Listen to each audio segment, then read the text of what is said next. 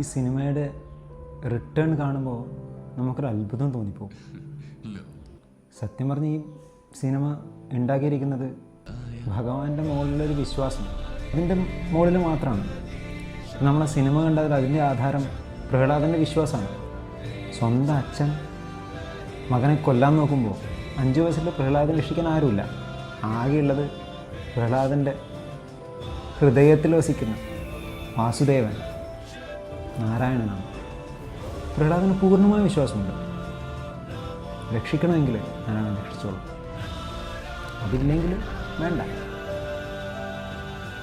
അപ്പം അങ്ങനെയുള്ളൊരു വിശ്വാസത്തിൻ്റെ കഥ പറയുന്ന ഒരു സിനിമ എടുക്കുന്ന ഡയറക്ടറും പ്രൊഡ്യൂസറും കാണിച്ച വിശ്വാസത്തിൻ്റെ ഒരു ഔട്ട്പുട്ടാണ് നമ്മൾ ഇന്ന് തിയേറ്ററിൽ നിന്ന് ആസ്വദിക്കുന്നത്. അതുകൊണ്ട് തന്നെയാണ് ആ സിനിമ എത്ര കണ്ടാലും മതി വരാത്തത്.